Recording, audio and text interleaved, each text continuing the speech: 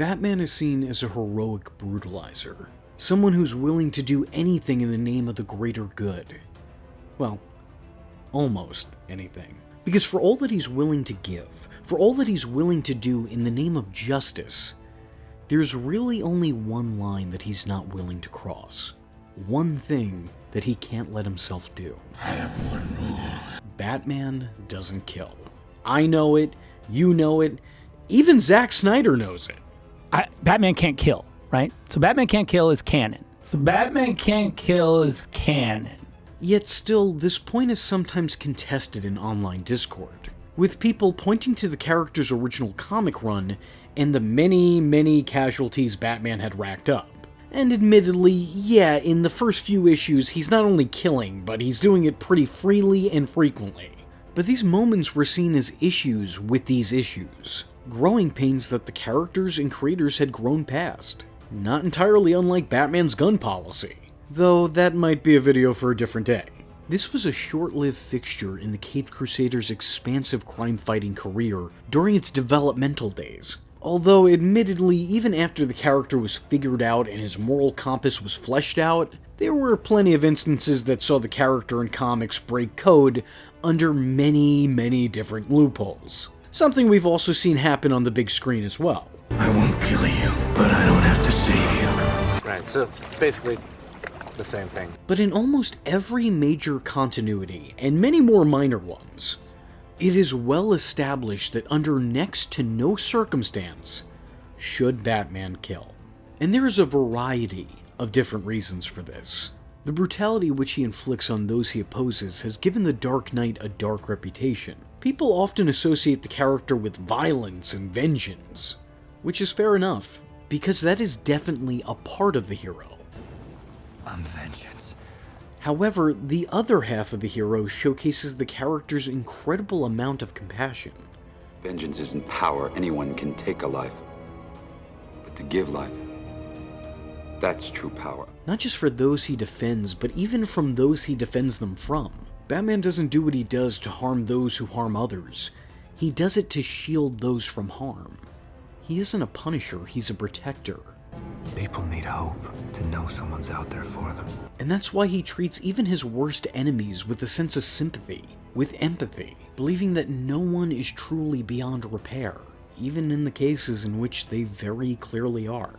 Which is why Batman continues to check in on those he brings in, visiting them, trying to nurture a change for the positive. Because Batman doesn't end lives.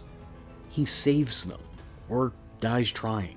He doesn't want his rogues gallery dead, he wants these rogues rehabilitated. Which is why, even though he's been given ample opportunity to take out the bane of his existence, his arch nemesis, the man who has taken so much away from it, he still chooses not to, continually. And in the event when his enemy needs saving, he's there to protect him. Because that is Batman. Batman saves always. Maybe we could work together. I could rehabilitate you. You don't need to be alone. We don't have to kill each other. Even after everything you've done, I would have saved you. Batman doesn't just help the helpless. He would selflessly sacrifice himself to save the selfish. And I think a big part of this comes from his upbringing, or lack thereof. The passing of his parents at a tender age has taught him the value of life. And I'm not just talking about the value of each individual life. I mean the value of each individual life for each individual that is attached to that life. Taking out a criminal could mean taking away a father, a brother, a son. Or, a mother, sister, or daughter, whichever. Having his mother and father taken from him before his very eyes at such a young age has inspired him to make sure that no one else could ever feel that helpless again. He put on the cape and the cowl with the expressed purpose that the events that made him the man he is today would never be duplicated. That no child would have to experience the same horrors that he did. He didn't put on the mask out of a need for revenge.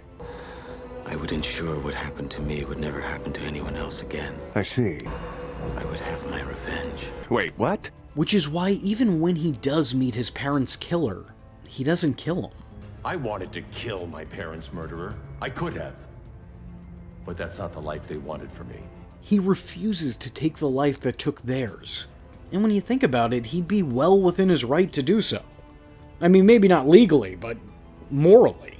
But he doesn't, just because, well, Batman doesn't kill. Now, that's not to say the thought has never crossed his mind. Batman is a man who's lived his life in darkness, and I don't just mean because he wears dark colors and stays in shadow. Psychologically, he is scarred. He has a brilliant mind, but he's tortured, and he wrestles with his morality on a daily basis. The guy's already not playing with a full deck of cards here. Crime fighting has consumed his life. He spends all of his days stressing out trying to save millions from terrorists in colorful costumes, sacrificing a social life in favor of the thankless job of being a savior. The thought has obviously crossed his mind. Batman's just a man, and he selfishly does want to see the Clown Prince of Crime get his just desserts.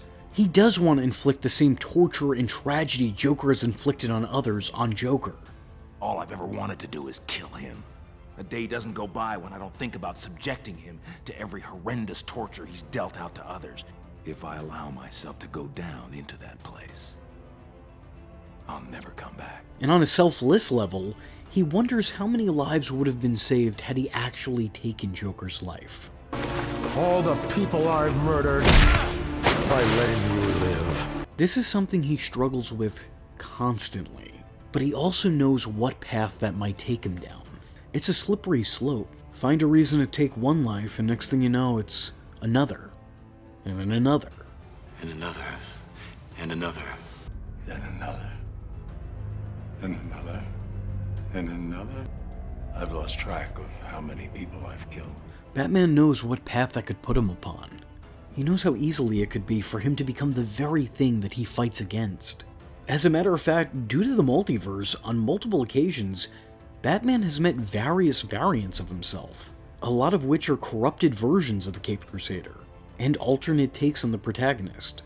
He has literally seen and spoken with who he could become.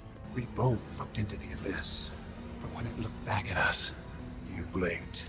This is such an integral part of the character that it's kind of gone on to become the motto for his pseudo-family, even when he's not around to abide by his rule. Revenge might dull the pain. But the less we felt, the less we were. Barbara, we don't kill. No matter what.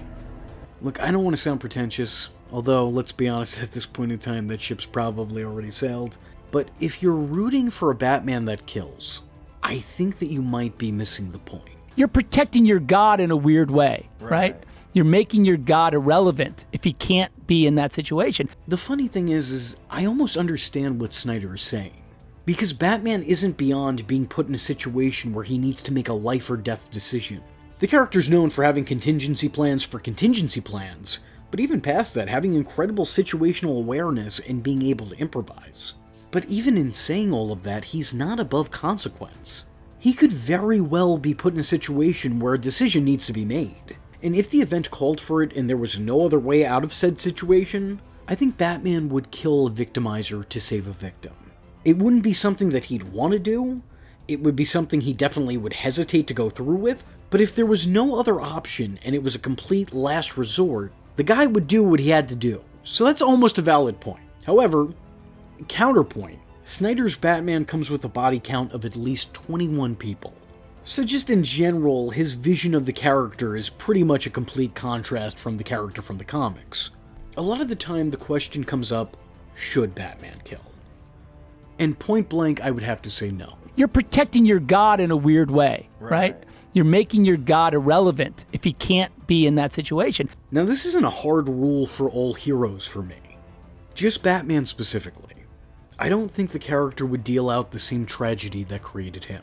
He should avidly fight to prevent such a tragedy.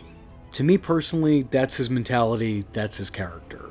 And I'm not saying if it's right or wrong, that's not me interjecting my own morality, that's me giving you how I see the character. And even if you feel that it's a flaw of the character's mentality, it's still a fixture of that character. Batman doesn't kill. Well, that's my time. Thank you for coming to my TED Talk, and if you like this video, and would maybe want to see a video on why Batman doesn't use guns, let me know in the comment section below by leaving a comment saying, Battle not with monsters, lest you become a monster. I am vengeance.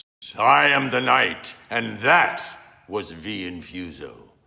Just remember, if you're not tuning in, then you're missing out.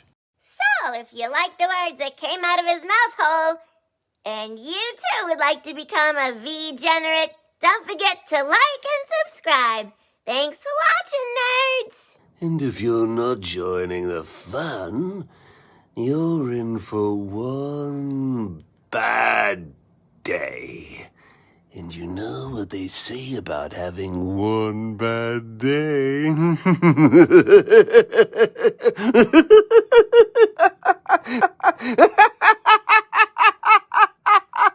Catch him next time. Same bat time, same bat channel.